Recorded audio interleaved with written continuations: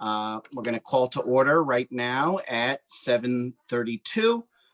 For those, thank you everybody for joining us.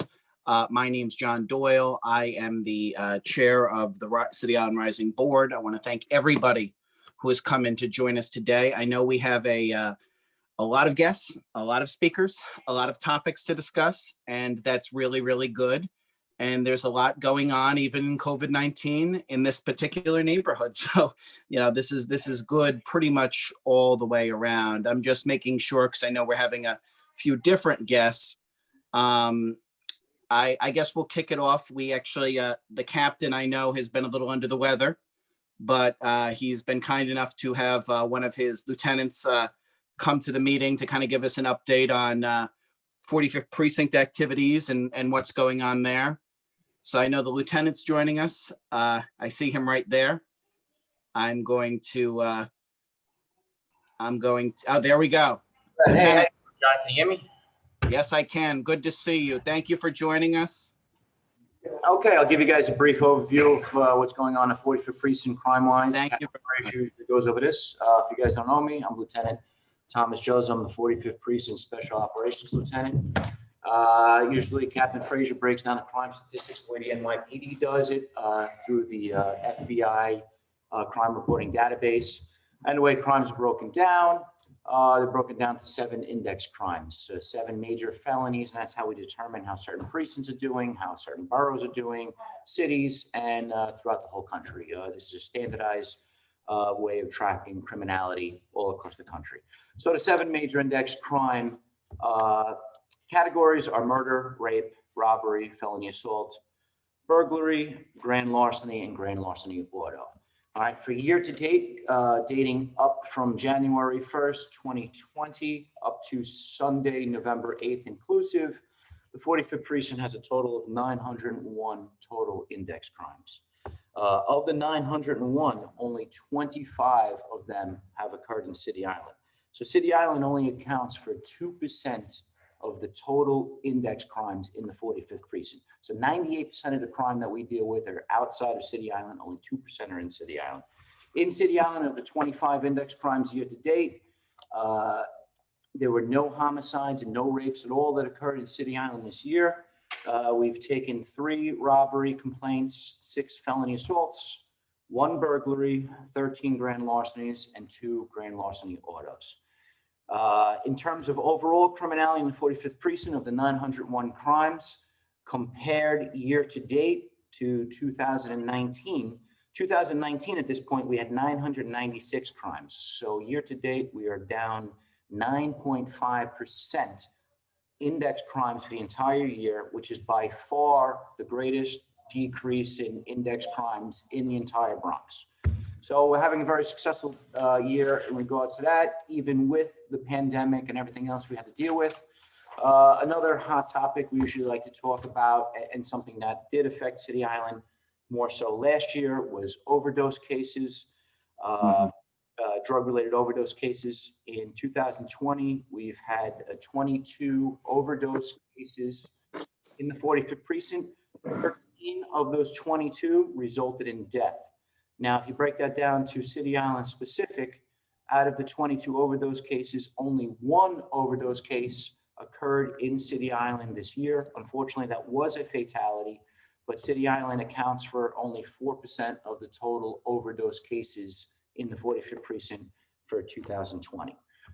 So that is a breakdown of the crime year to date up to and including Sunday, November 8th. And I'll just tell you who I have in my room with me. I have my Sector Charlie neighborhood coordinating officers, Jessica Greisinger and Neil Anderson, who I'm sure you guys know by now, I would hope. Detective John Serrata is here, and NCO Sergeant Kevin Major. So with that, that is the update on crime statistics. We will listen to your speakers, and any questions you guys have, we will chime in with you. All right. Great. Thank you for that, Lieutenant.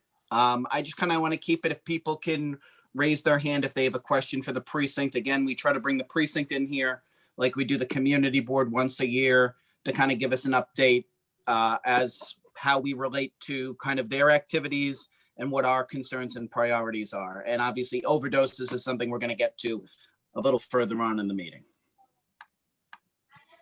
Does anyone have a question? Steve, go ahead, unmute yourself, sir. Yeah, hi. There we are. Yeah, hello, everybody. Thanks for coming. Officer, can you tell us what the response time is usually to calls to City Island? Well, so that would, you'd have to be more specific in terms of what type of crime, because what happens is we break down crime response time in a priority status. So if you have a crime in progress, our general response time is going to be under 5 minutes, sometimes as quick as a matter of 30 seconds. If we have something that's a non-priority situation, maybe a past larceny or something that's going to be reported after the fact, that doesn't require an immediate response. Okay. In that situation, though, do you, is it policy to tell the complainant or person who's making that call that is going to be a delay, or is there any honest representation of, you know, there's a delay? And I do understand the fact being a delay and that you do prioritize certain crimes, but obviously if somebody's waiting for a response, it would kind of be nice to know, yeah, it's not going to come, it's going to be a while or something, you know what I mean? Unfortunately, what happens is through the 911 system, that goes through Metro Tech, which is in the Bronx, and goes through basically civilian agencies that are entering this into a computer system. So that doesn't come, we're not dealing with that firsthand. So that person at the 911 call center isn't aware of how many resources we have going at that time. Now, what happens is once the person does call 911 and they're waiting, very often our dispatchers might reach out to the person and say, yes, there is someone assigned at this time, but you'll have to understand there's a little bit of delay, but they won't get that information up front. Okay. All right. Thank you. You're welcome. Okay. Does anyone else have a question for the lieutenant? Please use the hand raise function if you could be so kind.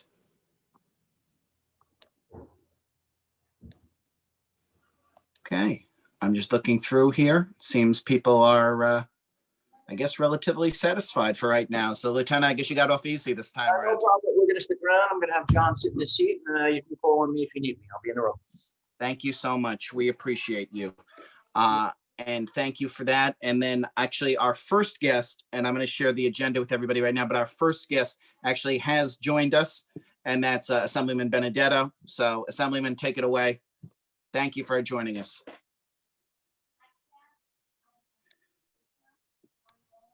There we are. You're muted still. You got to connect your audio.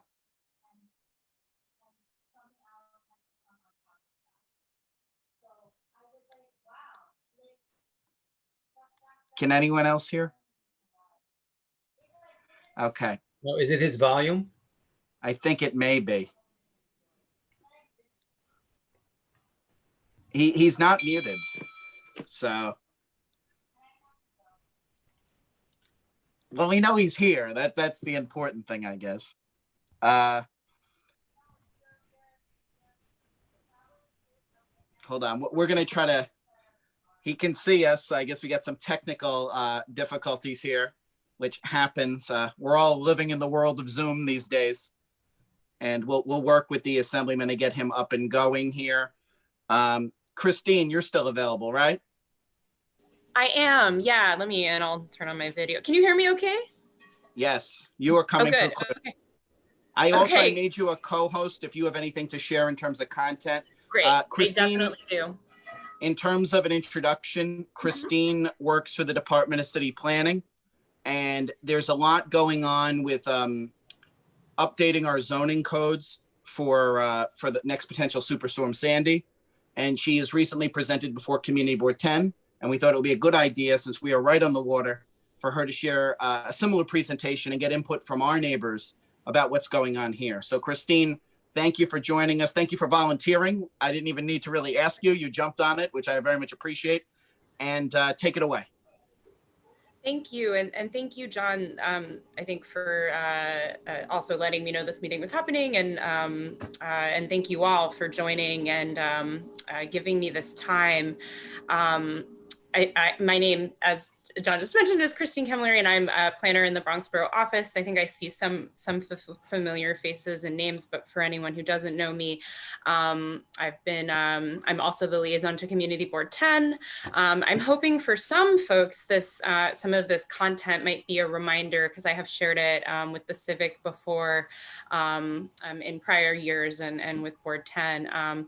I see the assembly member might be unmuted now, and I'm happy to give him some time if I see he's talking and I can't hear him. So I have quite an action, information packed presentation. So let me know if it's helpful to pause and give him some time if his announcement is brief. I'll just, for full disclosure, my presentation is like 20 to 25 minutes long. So, and I assume there might be questions. So I want to make sure I'm not kind of taking more time than he has. So yeah, we're trying to get his audio up and going here. Yeah, it could be I was just going to say, I've had this problem where I didn't connect my audio, but I think you already mentioned that before, John. Yeah. I'm gonna troubleshoot with him offline. Sure, and I can get started, and feel free to interrupt me. I'm happy to pause, just so we can kind of keep things moving. But feel free to use your voice, because I'm going to share my screen and I might not see a hand raised. So I'm going to go ahead and pull up my slides here, and hopefully everyone sees. Can I get a verbal confirmation from someone that they see the first slide here, or thumbs up works? Yes. I see you, John. Okay, great. So I think that was a really helpful intro to this work. Just kind of backtracking for a second. This project, Zoning for Coastal Flood Resiliency, is really a project that has been 8 years in the making. It's a set of recommendations for a citywide zoning text amendment that's really focused on increasing the safety of New York City's current and future flood-prone building stock. And just for context and your awareness, the project was referred out to all 59 community boards in the city, as well as borough boards and borough presidents' offices as of October 19th, and is currently moving through the public review process. And so what I'm sharing with you today is some information to help you to understand the proposal better and some of the context. And so I kind of have the beginning part of the presentation is a lot of that context. And then the latter part, I've kind of pulled out what I think are some of the most relevant recommendations that apply to City Island specifically. And so there's a lot of information in here. I hope to have time for questions afterwards. So feel free to jot those down. And so I think jumping right into the context, an important part of it is, of course, Hurricane Sandy. Really the storm's timing had a lot to do with how the impact was felt, particularly the storm surge in the Bronx.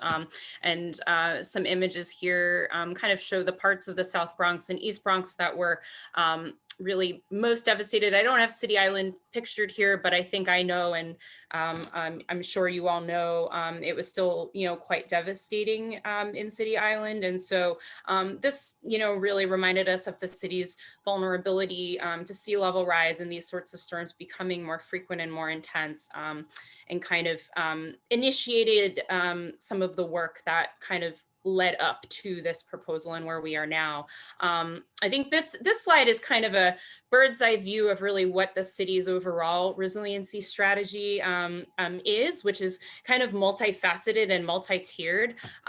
It's called One NYC, the One NYC initiative, and really the role that the Department of City Planning, where I work, how we fit into this framework is looking at resiliency at the building scale. but I think it's important to note, that as a city, we have to acknowledge, we have to be addressing this issue of, how do we better prepare to withstand future flood events at multiple scales. So while we are looking, and the Department of Buildings are looking at it from the building scale, we have lots of sister agencies also looking at it from other scales, like looking at how we strengthen infrastructure and coastal defenses and engage more proactively in emergency management planning. We really have to have all of these pieces kind of moving simultaneously. And so, but at the same time, our work and this proposal is really focused on that building scale kind of lens. And so I think it's helpful to understand kind of the work we've done, and how it really informed really our understanding of the need for this proposal. And so that's what's really summarized on this slide, really the work that we've done since 2013. So really immediately following Hurricane Sandy, the department introduced these kind of temporary emergency rules. That's what's pictured here where it says 2013. Those are the rules we actually still have on the books today in our zoning resolution. They were really initially crafted with a particular goal in mind, and that was to help facilitate recovery and rebuilding from Hurricane Sandy. And I think when those were kind of quickly adopted, the idea was always to really expand them and take a real hard look at, what else is needed. We've always known, we would get to these rules because recovery kind of focus.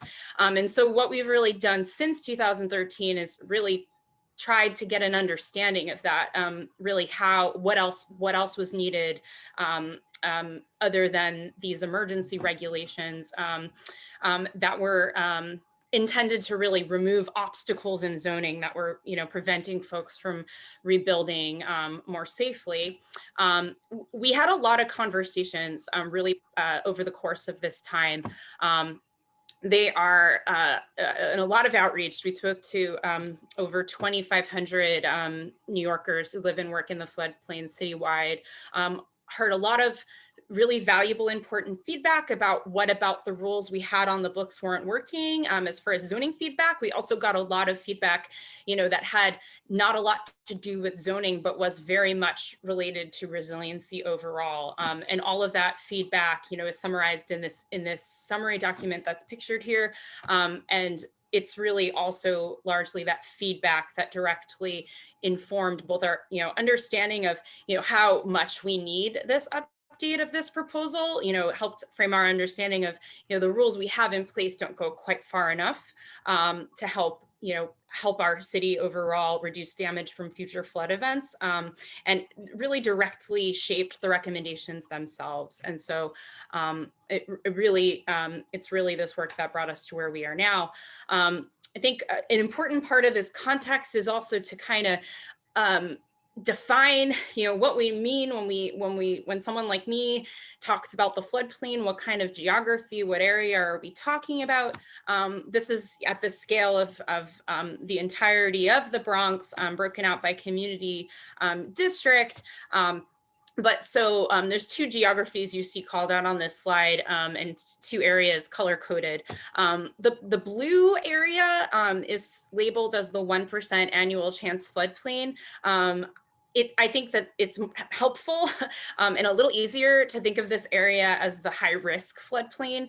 What's important here as it relates to buildings is this is actually where if you build a new building or you do a significant alteration of a building, you could trigger building code requirements that apply to flood resilient construction. And this is also where the zoning rules we have today have applicability. The green area, what's labeled 0.2% annual chance floodplain, is what we could think of as the moderate risk floodplain. And I should point out, and I don't think I did at the beginning, this is essentially, if you hear a flood, the maps that FEMA makes, the flood insurance rate maps, that's what we're talking about here. These are areas that are designated by FEMA. But anyway, what I was saying about the moderate risk floodplain is this is an area we are also concerned about citywide, because you know, we are kind of, we have this understanding and awareness around the fact that our flood risk, you know, this moderate risk floodplain could really be tomorrow's high risk floodplain. And so particularly when you think about, you know, the lifespan of a building, you know, which in New York City can be many, many years. If you're designing a building, you know, taking into account, you know, that future risk is something that seems really important. And so I think kind of further building upon the context, you know, of this work, it's helpful to understand the levels of regulation involved in construction in the floodplain. There's essentially an interplay of federal rules with local rules, and this kind of attempts to break it down as simply as we can, which is in New York City, at the federal level, FEMA creates flood insurance rate maps, which are like what we were just looking at. Those are important because they show where floodplain regulations apply. They also, of course, administer the National Flood Insurance Program, and they also actually set at the federal level basic construction standards that have to be accommodated by municipalities, other local governments. And so in New York City, the way this is done is the Department of Buildings actually has a section of the building code known as Appendix G that applies to newly improved or significantly altered construction. And really how we fit into all of this at the Department of City Planning is like, we are the keepers of the zoning resolution, which zoning affects the size and shape of buildings and the uses allowed in them. So we have to make sure that our zoning does not, you know, accommodates all of these rules, but also we can also look to zoning to act as a tool to help kind of proactively encourage retrofits and those sorts of things. So that's kind of how we fit into this. And just a quick note, I think this is always helpful to kind of just point out before jumping into our proposal. If you're curious, and I think many of you may be somewhat familiar with some of this, really what this slide is an attempt at breaking down what Appendix G, what building code actually requires of a newly constructed or substantially improved building in the floodplain. Specifically residential, I should say. And on the left, we have a single family detached residential building, and on the right, more of a multifamily building, not something we really see in City Island or Community Board 10, but in other parts of the city, this is a building typology that is common in the floodplain. I think the most important thing here to understand is what is shown labeled DFE and shown with this blue dotted line.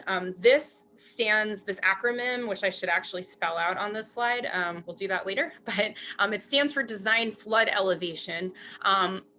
This is a really important kind of feature in a building in the floodplain, because what it represents is the amount, that the height that water is expected to rise in the event of a serious storm, with an additional typically 2 to 3 height of on top of that for safety.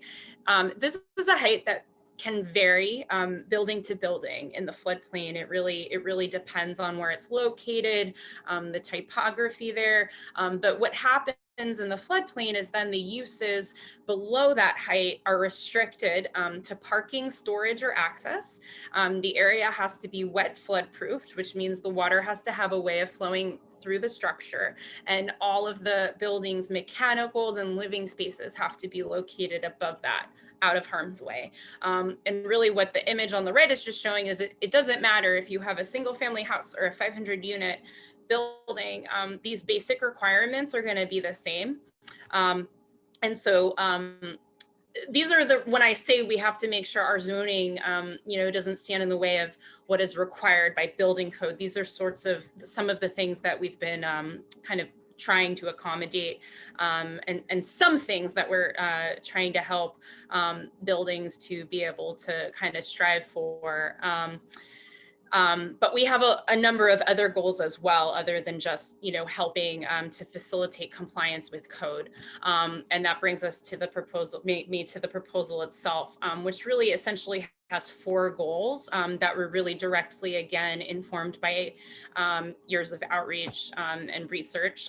Number 1, we want to encourage resiliency throughout the current and future floodplains.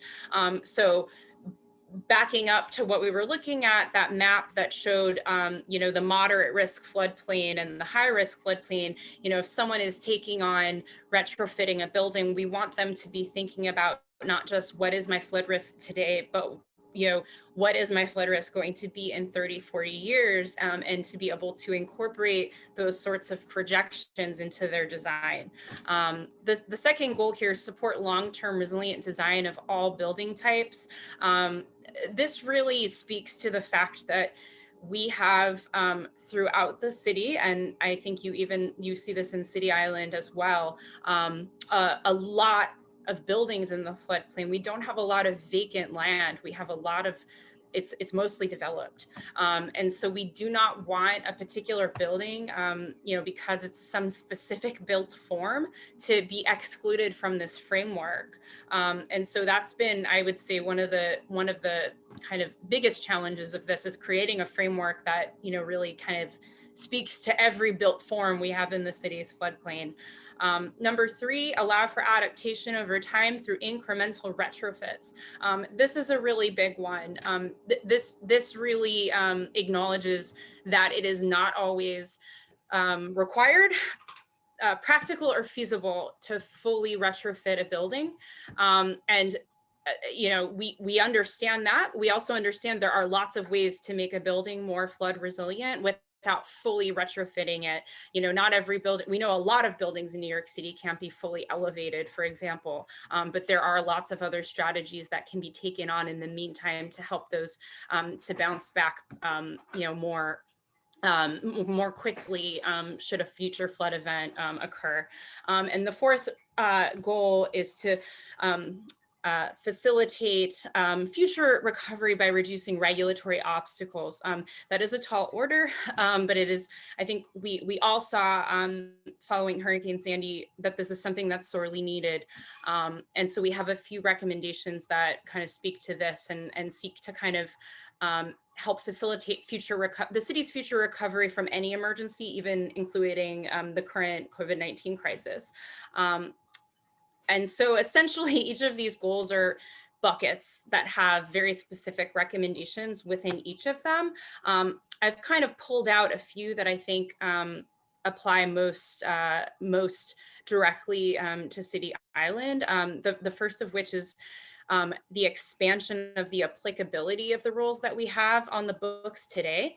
And so as I spoke to this briefly earlier, which is that the rules that we have in zoning that provide the flexibility needed to, potentially recoup lost floor area in the zoning envelope is an important one. We have multiple rules in zoning that provide flexibility if you are to retrofit a building. They do not apply in the moderate risk floodplain in that 2% annual chance floodplain area. And for all the reasons I already said, we think it makes sense thinking about future risk to make those rules available in the moderate risk floodplain. I actually zoomed in to what that looks like in City Island to give you a little bit of a sense of kind of what this expansion area applies to. The red is actually the expansion area. So it's not actually a huge area in City Island. I think there's topographic reasons for that, but there is just kind of a slight area where these rules aren't available today that they could be if this proposal is adopted. And so have actually a recommendation that also speaks to that, speaks to flexibility and increasing flexibility. We have so as it says here, optional zoning regulations would allow building owners to physically elevate habitable spaces and other building support features above expected flood elevations. I think it's helpful to just think of this as we want the same we think it makes sense for the same size building to exist out of harm's way as it could, in harm's way. And there's a lot of reasons for this. One main one is that if someone is going to lose a whole floor of their house by raising it, they are not likely to take that on. And that's actually something we saw in lots of parts of the city really before we had these rules available. And so that's what this one is really striving to do, is make that available outside the floodplain. And this is a particular recommendation also about flexibility and addressing kind of very particular built forms. One that we see a lot of throughout the East Bronx, actually, and in other parts of the city, are places where bungalows, so I'm hearing someone's voice. I just want to make sure I'm not, is there a question or a concern? Oh, no, I'll just keep going. Yeah, we'll do questions at the end. If everyone can just put themselves on mute, beyond you, of course, Christine, that would be great. Great. I'm almost there. I know this is a lot of information, so thank you, everyone. And so I think where I was talking about former bungalow communities is a place where we see this condition, which is really small lots where you don't have a lot of wiggle room, if you were to retrofit a building. Something we actually had available in certain parts of the city, but it hasn't so far been available in the Bronx, is something called the cottage envelope, which essentially is a particular zoning envelope that makes for, allows you to build a shorter, kind of wider building instead of what you see here, which is a very tall, skinny building. And so we, that's the illustration or the example of what, one of these sorts of kind of provisions that we're kind of looking to make more broadly available, so that, this is more, I think, something that really specifically could apply in Edgewater Park is kind of the first example I think of. But I think there are actually potentially some lots in City Island that this could apply to if they're very, very small. And so providing additional relief so that these sorts of retrofits, or just the design of the building, could accommodate flood risk. This is not a built form that is in City Island's floodplain or really in Community Board 10s, but the principle applies. And this is one that's about these incremental incremental retrofits, partial retrofits. So a building like a campus style building, like you see here, is a kind of your classic example of a building that would be very difficult or impossible to fully retrofit. But that being said, we still have other strategies like building raised platforms, building, elevated structures that you could put your mechanical and electrical plumbing equipment atop. And there's ways in zoning that we can allow for that to happen. So this is actually just an interesting one that applies in other parts of the city. I think that this one actually regarding support spaces could apply in City Island because of the some of the light manufacturing uses and even marinas that are along the waterfront. What we have heard wide support for, and this is actually something that came out of our a study we did called the Resilient Industry Study, is that a lot of businesses in the floodplain could really benefit from building essentially mezzanines that you could relocate critical business equipment on top of, out of harm's way. And what people, business owners can run into in this is kind of a cap on the amount of floor area they can use. And so this proposal would seek to allow businesses, to take advantage of a slight floor area bonus. It would be about 500 square feet that would allow for them to build these sorts of spaces kind of within the building. We're talking about typically, I think, large masonry buildings that would be, again, very hard to elevate. And so, and expensive to dry flood proof, which is another way of doing it. But so this is a very simple kind of cost-effective strategy that could really help a business to kind of keep those, critical functions and equipment kind of, out of the flood zone. A few notes before I close on kind of these are emergency rules. This slide and I think 2 that follow. I think it's important to note here, these are recommendations that would actually apply outside of the floodplain as well. We saw after Hurricane Sandy and during, a lot of power outages essentially. And so we want to, with this proposal, also make it easier to provide more options for backup power throughout the city. And so this is one that you would be surprised how much of a reach zoning has, but it really, it even affects this and really where backup power can be provided. And so we want to kind of do whatever we can to make it, possible to provide that. Vulnerable populations. So we actually took a particularly close look at nursing homes due to the and just looking at really where and how they can be sited. And the reason for this is, as I'm sure most of the folks on this call are aware, it's really nursing homes in particular face a particular set of challenges too in the event of an evacuation. And so we want to be careful essentially with where these facilities can be sited going forward. I mentioned this because it actually has been, there's 2 particular areas in the Bronx where the proposal actually seeks to restrict the future siting of nursing homes just due to kind of how cut off the location could be in the event of a disaster. And one of them is City Island. So happy to talk more about that if you have other questions, but that is, it's within the 1% annual chance floodplain. It's within that high risk floodplain that future nursing homes would be kind of blocked from being sited.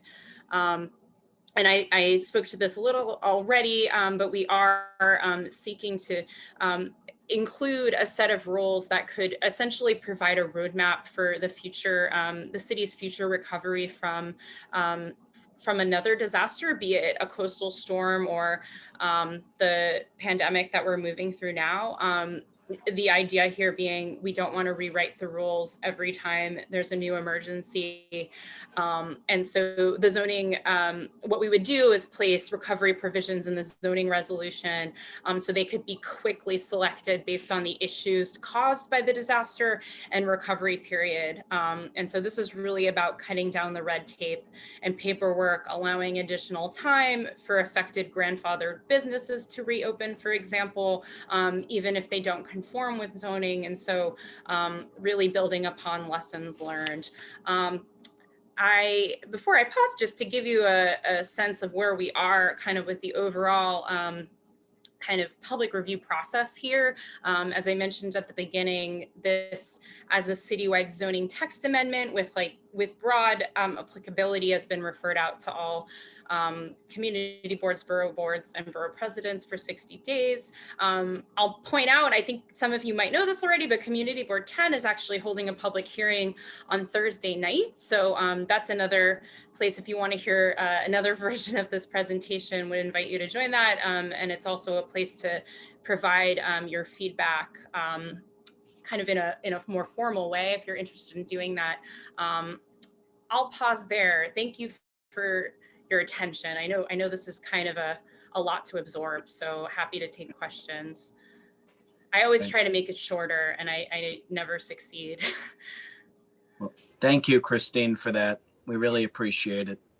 And does anyone have a question? Can they use the hand raise function? I'm gonna make my screen. Well, there we go. Rose, go ahead. You get the first question in. Yes, hi, Christine. You talked about being able to raise certain homes. Is the city providing any funds for people that have homes that need to raise them?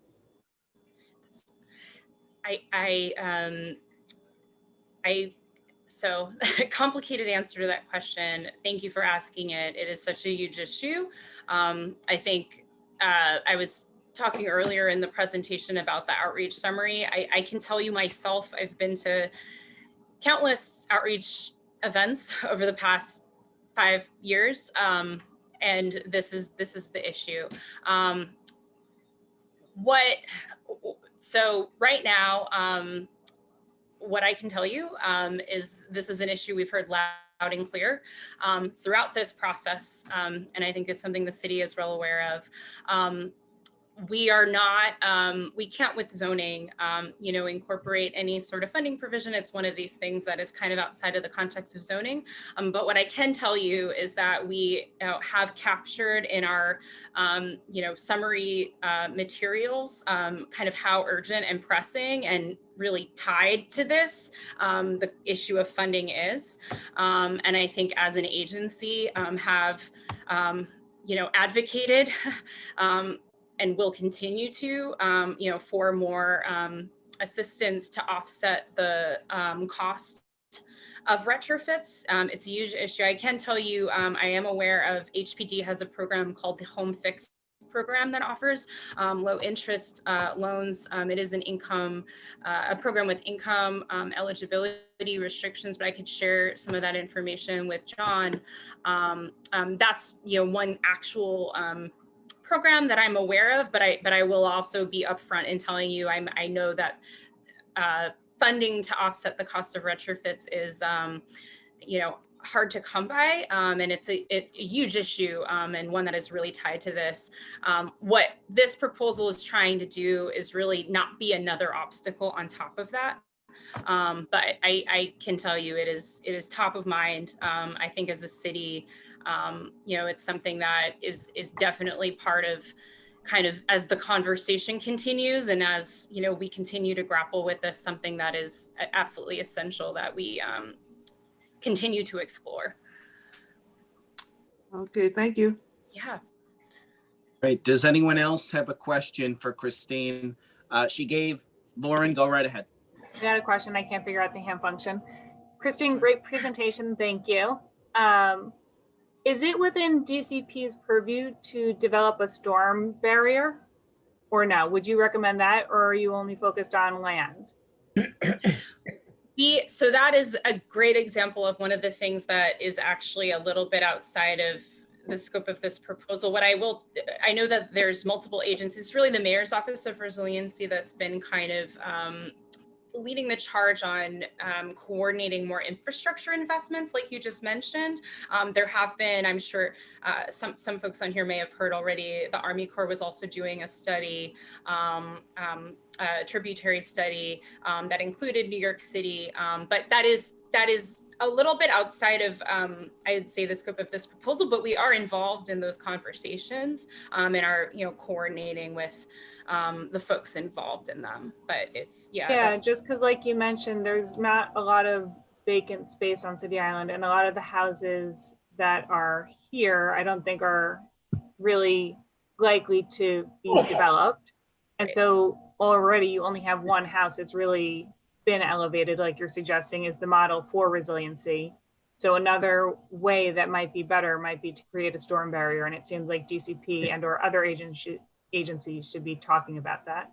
Totally. Yeah. I think it gets into the layered approach. It's like if you have, where as many layers, the more layers you have, the better, right?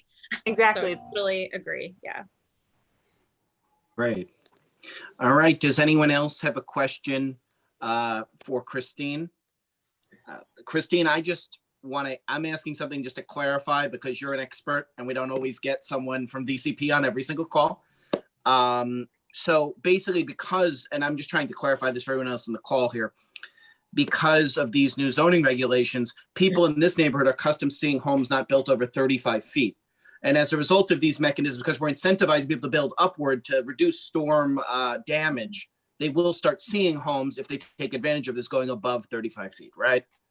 Yeah, thank you for clarifying that. So essentially, you have the building. I showed that slide that showed the design flood elevation, that blue dotted line. What happens in the floodplain is you essentially measure the height of that building, so that 35 feet that you're talking about, John, from that from the height of that first livable floor. So you do see what appear it is a taller building, but it's just measured in a different way, because the wet flood proofed gets exempted is the way it works. So that's a really good point. Yeah, I just want people, because I start getting the emails and then I'm reaching out to an expert like you. If you see something going up, and Steve, I'm going to get right to you. If you see something going up, just keep in mind it's usually because of that. We can double check it. But if you start seeing some houses go above 35 feet, it's to protect them from storm damage. And I know, building on another conversation you and I had, that the catering hall has been coming in, and that's higher, and people have drawn attention to that. And a lot of that is also because it was built on an M1, and because it's been elevated to reduce from those storm problems. Exactly. There's kind of an interplay. I'm familiar with that one, and it's an interplay of the zoning district that it's in, and exactly like you said, the floodplain. Just trying to get everything on the record here so everyone knows. This will be on YouTube someday soon, and people will be able to come back to this. Steve, go right ahead. Thank you. Two things, actually. One was the picture that you showed us of those tall, narrow buildings. Are those modular built, and is modular buildings legal in the Bronx? So let me, I actually think that the image, I'm going to actually share it again quickly because I have it open. So these are actually, I believe, in Staten Island. Can you see this here, the picture, Steve? Yeah, I see it now. Yeah, okay. So these were actually built, I just skipped forward by accident. These are not in the Bronx. I believe these are in Staten Island, can confirm that. And I believe that these were actually built before even our emergency text was put into place. So these are kind of the problem, one of the problems that we are trying to fix, which is this like extremely tall, we affectionately refer to it as the candlestick building. You end up on these really small lots. Like if you take the building code requirements into account, these really skinny tall buildings. And so we're trying to provide, this is a little in the weeds, but like a little additional side yard relief. So you can have slightly smaller side yards so that you don't have quite as tall and skinny a building. I'll also point out that these like actual rooms within the building are not quite as livable if you kind of build a building this way. And so anyway, I'm kind of going on a tangent here, but to get to your question of are they legal in the Bronx, it kind of depends case by case on what the zoning designation is. But I would say that in most parts of the Bronx that I'm familiar with, your R2, R3 districts, these would not be, you have a lot more yard requirements than this that would have to be accommodated. And I don't know, I can't think offhand of any place where you would necessarily see this other than potentially Edgewater Park. But it kind of depends on the rules that apply in the given zoning district. Does that help answer your question? No, Okay. because modular homes can be built at any size. I mean, all of Florida. I see what you're saying. I'm sorry? I'm sorry. I think I missed the word modular. I think it broke. I thought you were just asking, are these sorts of homes allowed in basically talking about, I'm asking whether those were modular homes and whether modular homes are legal in the Bronx and or in New York City. Gotcha. So I have to admit, I'm not very familiar with modular homes, but I believe if they comply with building code and with the zoning provisions, they would be. I don't think that those are modular homes though. Okay. Yeah. Thanks for clarifying. Thank you. Yeah. Okay. Does anyone else see the benefit, unfortunately, of our first two guests having technical issues and going very quickly as we get much more time with you? Does anyone else have a final question for Christine before we move on to our next guest? Thank you, Christine. Of course. Yeah. Thank you for having me. Yeah. Thank you and we'll be in touch. Sure. And if people have, if you can, we encourage you to stay if you can. If you can't, we understand. If you can, just put your email in the chat so that way we can blast it out to people after the fact. If they want to give input on your presentation, and then that way, it was in your presentation, right? I'm sorry. Your email was in your presentation, right? I don't think it was, but I should put it in there, but I'll chat it right now. Cool. And I'll also just put in a plug. There's a lot. I can actually also chat. Our website has even more information about this proposal, including what I think is really useful, which is what we call a plain language version of it. So if you don't feel like reading hundreds of pages of zoning text, which I don't blame you, even I don't like to do that, even though I have to sometimes, you can read through the plain language version, and that'll give you a little more of a human language version of the proposal. So, and the outreach summary is on there too, but I'll chat that here. Christine, thank you so much. Appreciate your time. Thank you. Thank you. Right. And our next guest, who was a last minute addition, but somebody who actually came to City Island very recently, is Katie Graziano, who has joined us here today. She is with the New York Seagrant program. She took over for Helen Chang, who was our guest speaker at our March meeting. And she actually came out to City Island in the last month to get a look at all of our flooding issues. And we were fortunate because the weather was so poor that she really got a front row seat to a lot of it. So she got to see what I call Lake Orchard Beach, which is the pool of water right outside Orchard Beach, and some of our issues. So Katie, thank you for joining us, and please tell us more about yourself and the New York Seagrant program.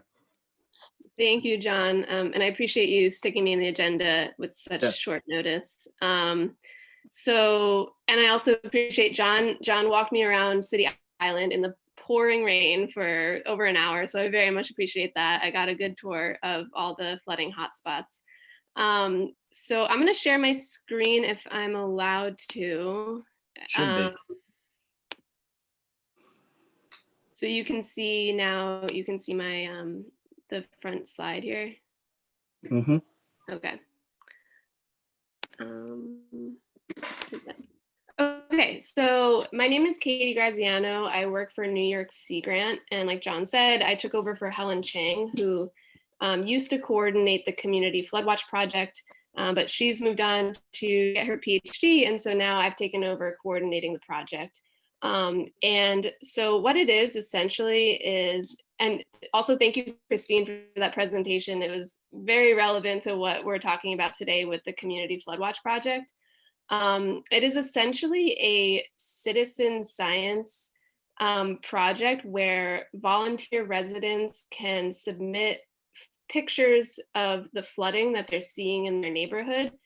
And those pictures help researchers to better understand to better validate their models and their forecasts, and it helps connect with government to decisions around the flooding that they're seeing. And so I'm basically here today to give like a very quick overview or maybe a reminder of the Floodwatch project, and to invite you all to potentially participate as volunteers. So like I said, it's at its heart, it's a citizen science project, but more importantly, it's this growing network of communication between these three different players. And those are residents, government agencies like the Mayor's Office of Resiliency or New York City Emergency Management, and these scientists who use the most up-to-date data that they have in order to improve things like models and forecasts. And like, for example, the floodplain maps, those are informed by data. But a lot of times that data is sort of broader scale. And so you don't get that like nitty gritty hyper local data about what people are seeing in their own day-to-day lives or like on their own intersection. It doesn't necessarily reflect the broader picture that is being presented in these like models and forecasts. And so in the Floodwatch project, residents are using their local knowledge and their time and their familiarity with their own neighborhood to help inform the information, and to also be in the conversation with city leaders about where they're seeing issues, what are their issues, and what could be done to address them. And the way that we get the way that we collect flood reports is through this new flood reporting tool. It's an online survey, which you can access either through your desktop or through your cell phone. So if you're out and you see flooding, you can open this website on your phone. It's helpful to bookmark it ahead of time, and then take the photo and add some details about the depth, where it'll automatically populate like where you are located, what is the time of day, what is the weather like, things like that. And so this is how you can submit your flood report. And then once you do that, I didn't include that slide. Once you do that, it will be entered into this database of flood reports from across the city, and you can view it on a map, so you can see how your report maybe compares to your neighbors. You might see how what's happening in other neighborhoods of New York City. And so if you are interested in participating in this, you can email me, and by emailing me, I can add you to an email listserv, so that when there is flooding, I will send out an alert, and you will know that there might be flooding. If you're living on one of those streets that I saw that was frequently flooding in City Island, especially as it relates to the high tide, I will send out an email, and then you'll know what time of day to expect flooding and what time to go out and to take a flood photo. And actually, I just sent out a flood alert. This is very good timing, because tomorrow morning there is an extra high tide because of the new moon, and then also because of the storm that's passing by. And so there is potential for flooding tomorrow morning around 9 a.m. is the high tide. And so if you're out and about, it would be a perfect opportunity to try out the reporting app, or to even just email me if you have a picture, or if you see something, or you just want to get involved. Don't hesitate to reach out. And that is essentially that's the very, very quick presentation. Let me know if you have any questions. You can also email me, call me, reach out at any point if you have anything more. Katie, thank you. That was really good. You already got a taker in the chat. Lauren's going to help with that, which is good, because we need all the help we can get. And obviously you've been out here, you've seen our problems firsthand. We appreciate you. And I know we provided you with about 500 different photos. And yes. I got some yesterday, which I am going to put into the app myself. I'm not going to ask, I'm going to do that on my own. Okay. And I did. And I would just ask that people, after sending them to Katie, please CC cityislandrising@gmail.com. So we have a copy of for our records for advocacy purposes, should we need them. And then also, if you're really feeling ambitious, call 311 and get a 311 number, because we've been reporting that every step of the way as well. So thank you, Katie. All right, thank you. Great. Okay. There we are. So we have, I'm gonna just kind of pivot here a little bit, because I realize we've just done 2 PowerPoints, and I also have something, but I don't want to PowerPoint everybody to death. So I'm gonna, rather than do that, we do have some elected officials who are on the call, and elected official representatives that are on the call. I realize as I'm putting this together, I may have missed some people, so I want to apologize for that. There is no slight intended. So I guess if any elected official, I'll give it first come, first serve. I've noticed at least 3 elected official reps on the call, and I noticed there are some other elected officials who are on the call. Assemblywoman Fernandez, you were the first to jump on that, so I'm going to give it over to you. Thank you so much, John. Good evening, everyone. I'm Assemblymember Nathalia Fernandez from the 80th District, so not too far from the island, representing right there Pelham Parkway, Allerton, Morris Park, and Moshalou Parkway. And tonight I just came to listen in. I've been seeing how this organization has been growing and being very active and very successful in the initiatives and the issues that you bring forward. Should be no secret, but I am also planning to run for Bronx Borough President next year. So right here, wanting to know more about the issues that affect City Island, specifically the coastline and all the weathering effects and disaster relief plans that we need to have, I want to say, in a good shape, because, cases should happen again. We don't need to be scrambling to find answers again. But the presentations were amazing. Thank you for educating us on the possibilities that we can do. And I look forward to being helpful in the future. So thank you again, everyone. I'm Nathalia Fernandez, and nice to meet you all. Thank you, Assemblywoman. And actually, when I get to mine, it does deal with some environmental issues. So we could always use your help along with Mike Benedetto's help in Albany. So thank you. Of course, I'll still be there. So we can. I appreciate that. Okay. Does anyone else? All right, Marielle, you unmuted. You were ready to go. So you're the next. I'm ready, everybody. Good evening. My name is Maria de la Cruz. I am the Bronx Borough Director for New York City Comptroller Scott Stringer. It was very lovely to be here. A lot of the information, because I'm not looking at it every day, is not only interesting, but also a little bit over my head. So I'm learning as much as I can. There's people here that had a bunch of questions, and I'm like, wow, I wish I were a little more like you all when it comes to resiliency issues. But that's why I sit into these meetings, to make sure that I learn more and to be better able to communicate with the upper staff about what's going on City Island. I just wanted to talk about two quick things. The first one is that we, and John, I'm going to send it to you because I realized I did not. We have a Better Life survey in which we are trying to kind of get information regarding people's work-life balance as working from home during COVID. For some people, it's been a little better or a lot better. For others, it's been a lot more complicated, especially if your workplace, I've heard of instances in which women are told you can't hold your baby on camera and things like that seem a little ridiculous to a lot of us, but that does actually happen. So we're trying to get a little bit of the lay of the land as to what work looks like for folks to inform some research that we have. That's one end.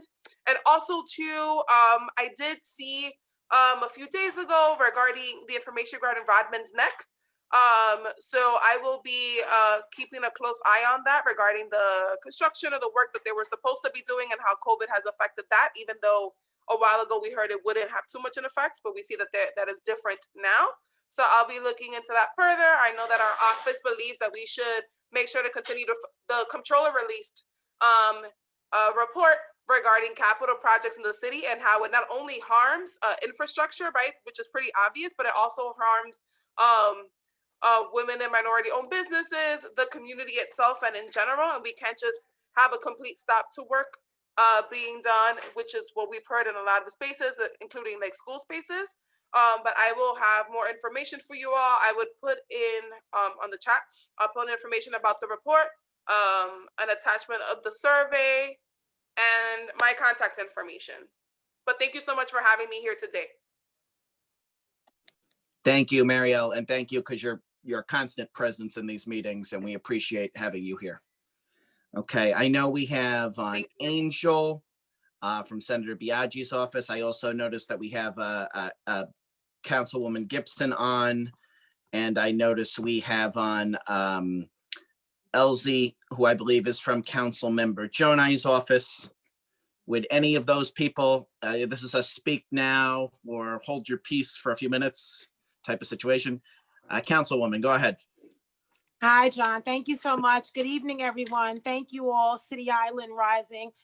It's an honor to join with you at your monthly meeting. I am thankful to hear a lot of what is going on. I am New York City Council member Vanessa Gibson. I represent District 16 on the west side of the Bronx near the Harlem River. And I am grateful for the opportunity just to introduce myself as a member of the City Council, working with all of the council members in the Bronx delegation, and just looking at your agenda and understanding a lot of the challenges that City Island has faced over the years around coastal and flooding, environmental issues. I wanted to certainly offer my support. I've talked extensively with your council member, Mark Gjonaj, around Rodman's Neck. In the City Council, I chair the subcommittee on capital. So I oversee all of the capital work in New York City, capital construction of schools, of libraries, cultural institutions, colleges, housing. I work with all agencies as well as the Mayor's Office of Management and Budget, OMB. So Rodman's Neck is no stranger to me. I worked with the NYPD as the project began prior to COVID. We started the design of what Rodman's Neck will look like. It's a very extensive and expensive project. It's well over $200 million because of the significant work that needs to be done around noise mitigation. And I'm sure all of you understand that although it is the shooting range for the NYPD, there are other city agencies that use Rodman's Neck as well. So I firmly believe that, you know, the ticket of $200+ million, while the NYPD will absorb most of that, I do believe that other agencies should have a part of that as well, especially if they're using it. It's a little unfair to put that burden on the entire NYPD as far as their capital budget is concerned, because the NYPD's capital budget also includes the renovations of our precincts, which are very important. It also looks at some of our other capital facilities that the NYPD controls.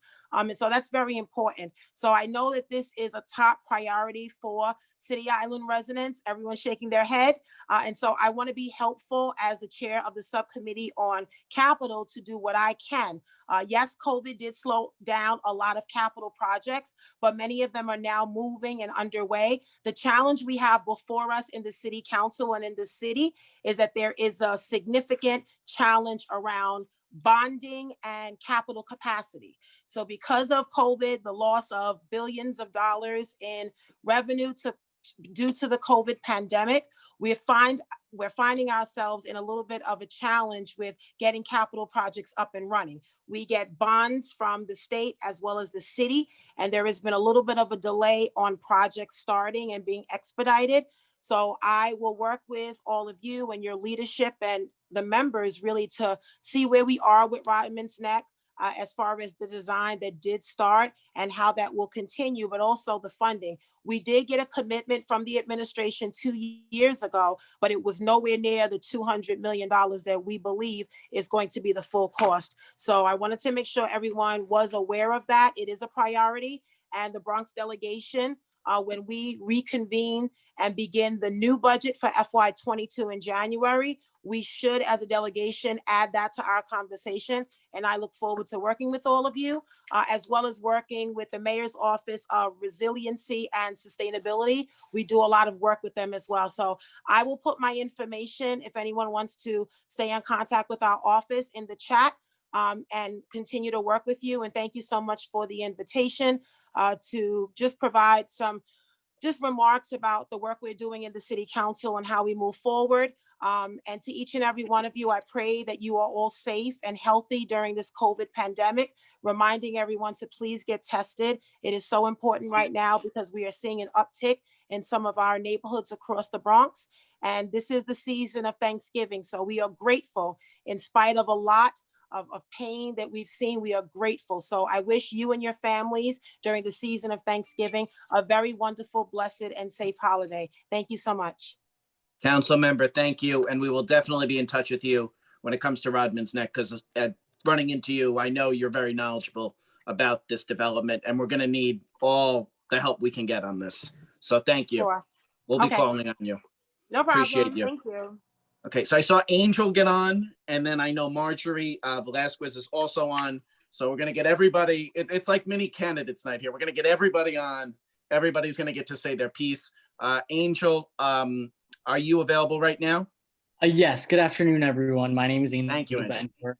I'm a new constituent service representative for the office of Senator Biaggi. I'm honored to be here with you all. The last time the senator was with you guys, she was brought to the concern that people had food insecurity.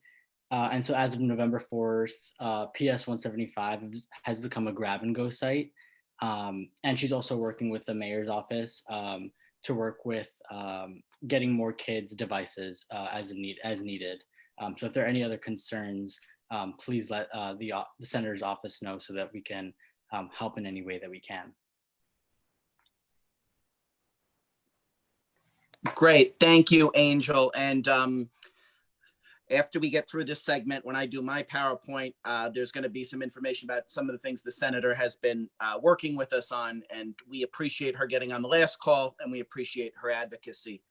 I see we have both, we have Marjorie, who's also on the call, and then we have Elsie. So whoever can unmute and make themselves visible, first come, first served. Have at it.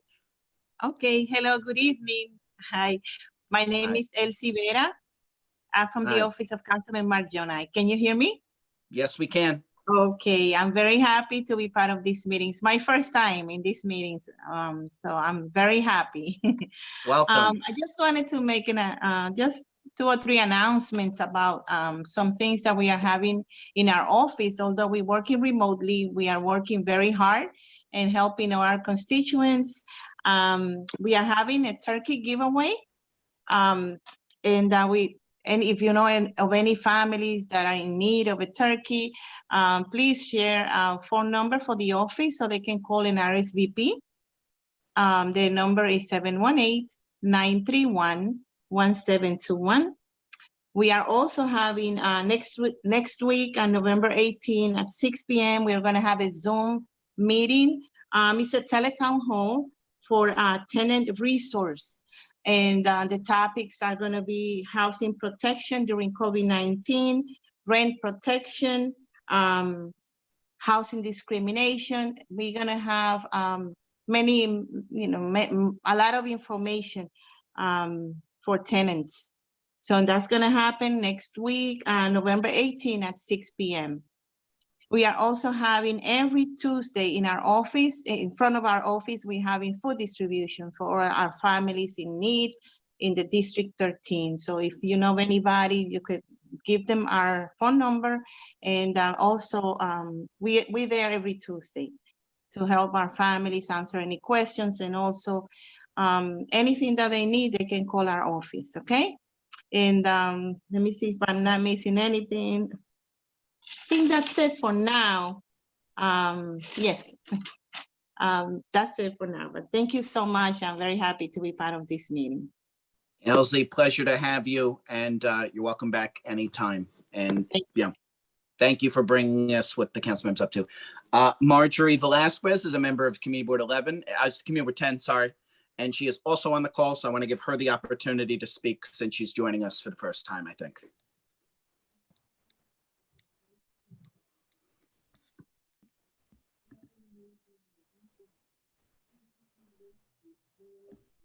Do we have a tech issue? Yeah. Oh, okay.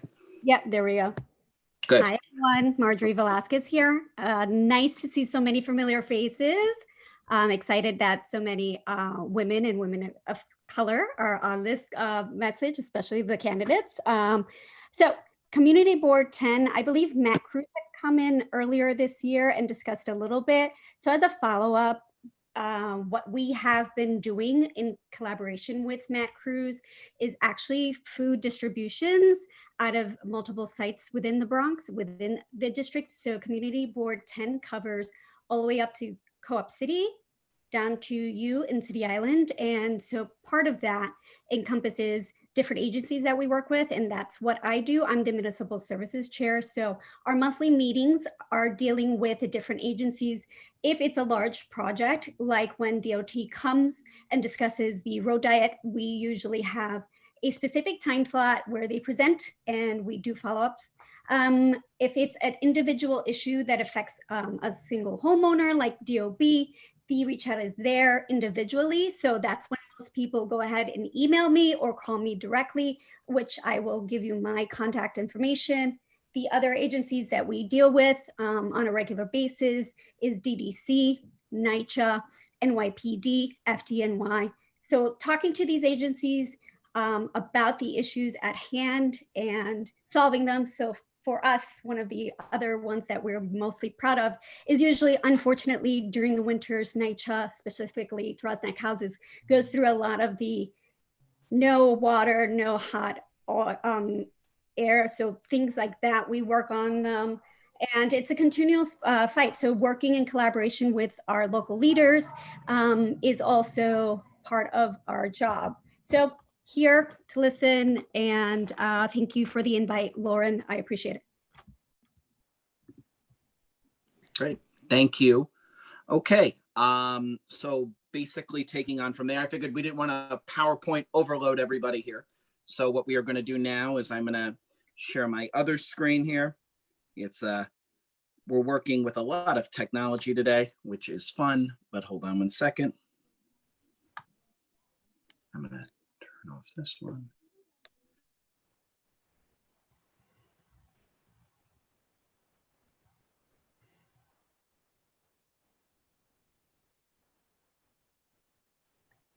Okay, can everybody hear me right now? Hold on 1 second here. Let me disconnect my audio on this. I had a little bit of a scary movie thing going on there. Okay, so let me share my screen here. One, share. Okay. Okay.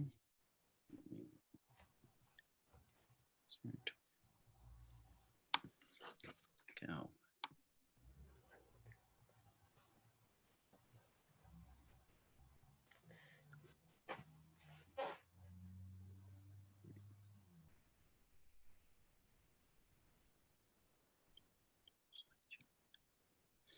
Okay, everybody should be able to hear me now, I hope. If you can't hear me, let me know.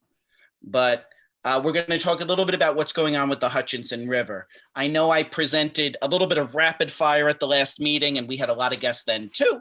So we didn't get to go through everything, but together we will go through it now. So what's the history of the Hutch? So in 1999, the Hutch was cited as one of the most polluted rivers in New York State. Since 2008, the environmental group Save the Sound has measured water quality within our area, and we have consistently been labeled an F. And in 2018, the federal government initiated a lawsuit alleging that Mount Vernon had violated the Clean Water Act for dumping untreated water discharges that have allegedly been going on since 2012. In October of 2019, we hosted an environmental summit where the Hutch was identified as the leading cause of our poor water quality. The meeting was a catalyst to a February 2020 meeting with Senator Biaggi, Mount Vernon Mayor Sean Patterson Howard, the City Island Oyster Project, and the City Island River Restoration, the Hutchinson River Restoration Project. It was explained at that time that the government of Mount Vernon shared our concerns, but there was an issue of getting bond authority to get funding to address this issue. So what has happened since our last meeting? And I have something thrown in here, a little barge that we all see on our way to work. Since our last meeting in February, some important things have occurred. In September, the federal government received a court order forcing the city to comply with fixing the Hutch, basically, that they are not in compliance and they can be subject to a heavy level of fines. Also in September, and that's this September, so only 2 months ago, the city completed a state audit of its finances, which should help the city, should help their government being able to secure bonding that is needed in order to fix this. Again, they're going to have to borrow money to take on a very heavy infrastructure project. So those are the two good things. But the bad thing is obviously COVID-19 has put tremendous pressure on all state and city budgets. The council member just spoke about this. And one possible source of revenue, which was a $3 billion Mother Nature Bond Act, has currently been put on hold. So where do we go from here based on what we've been hearing? As of right now, and based on the meeting we just had with Senator Biaggi and Mount Vernon's leadership, there is no ETA for the restoration of the Hutch to be completed. But while work is being done to move Mount Vernon into compliance right now, more funding will inevitably be needed to fix this problem. Funding will be needed from both the federal government, which there might be some changes now, and obviously some more funding becoming available through a new COVID relief package, and possibly the state government. We, along with the other groups like the Hutchinson River Restoration Project, will continue to communicate with the neighborhood residents and ask you to take specific actions as they become available. This will likely be calling and emailing your legislators at the federal and state level and telling them this project is important to you.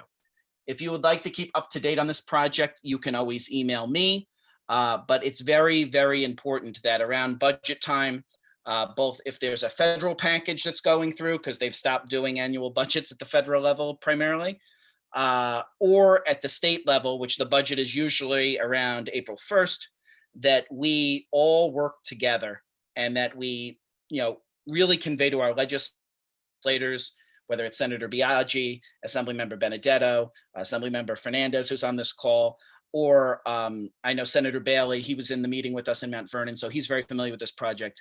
We just really need to turn up the temperature on this and make sure that everybody knows this is a problem, not just for City Island, but for Country Club, Throgs Neck, anyone who's on our waterway really should be familiar with this. So, you know, this is very important. I wanted to kind of break it down in this way so people are familiar with it. And, you know, if anyone has any questions, just give me 1 second. I'm going to stop sharing my screen here and I will, we will take questions.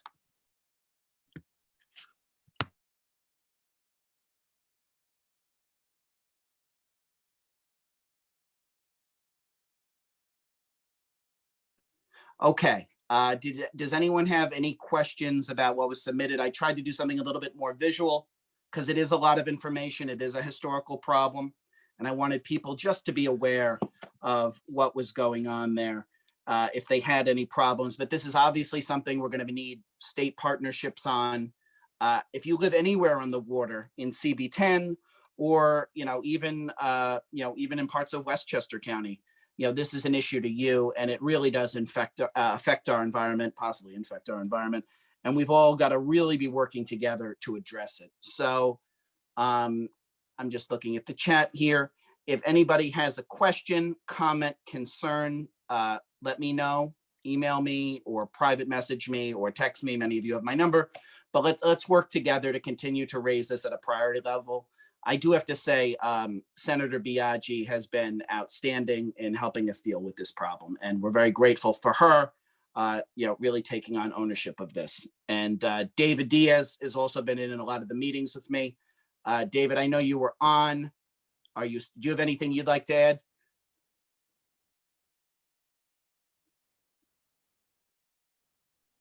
No, just that, you know, also working with the Congresswoman, that she's very well aware of this issue, and she is in full support of anything that we need to do as well.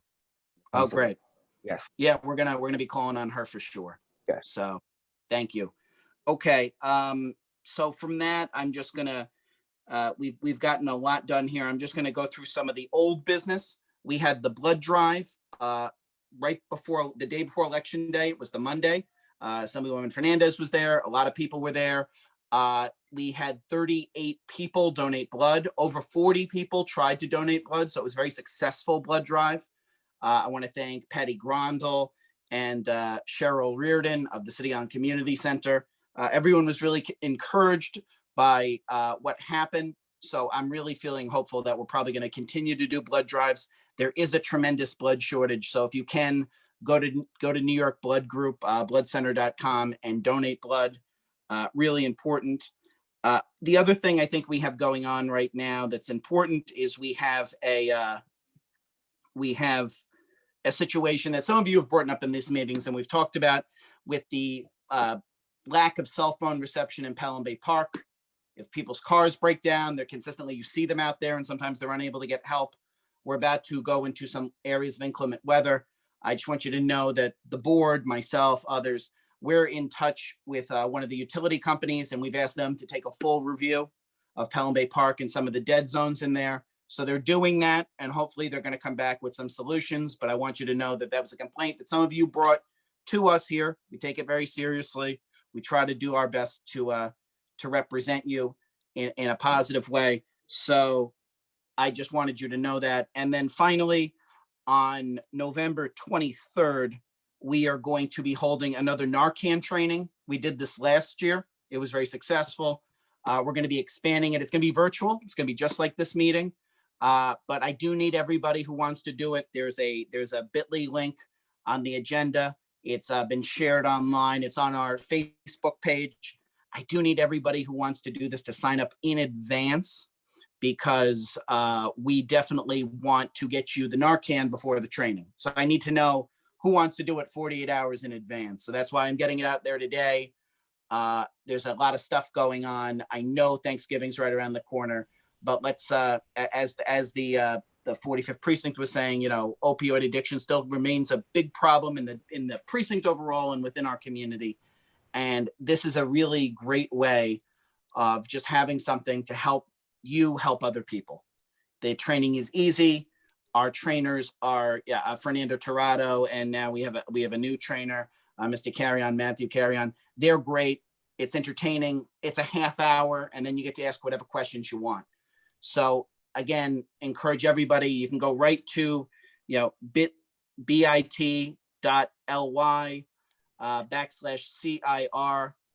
/CIRNOV20 Narcan. You can sign right up there, and then you can take the training, and we'll get you the Narcan beforehand, and you just keep it in your pocket, your purse, whatever you carry, and you can save a life. Repeat that, So, please. Can you repeat that? Sure.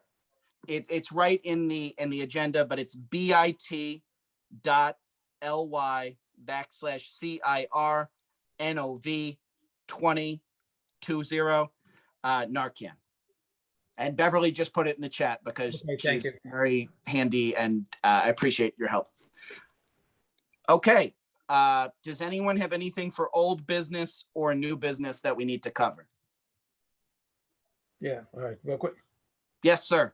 All right. On the Narcan, I just realized today that the Narcan that I have in my car, which thankfully I've never had to use, is dated 2018.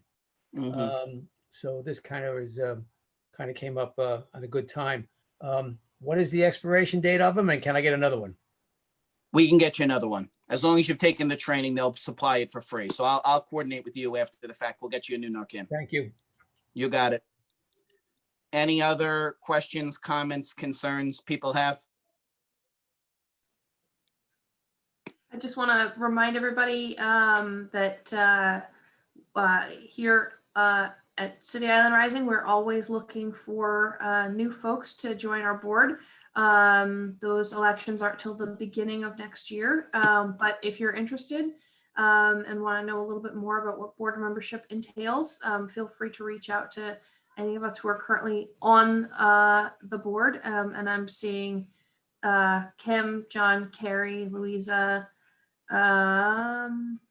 Stephanie, and I can only see like half the people on the screen, but there's a number of us. If you're interested in learning more about what that's about and possibly interested in a spot on the board, please let us know, because if you don't let us know that you're interested, we might not think about you. So we do encourage participation in that way, so let us know.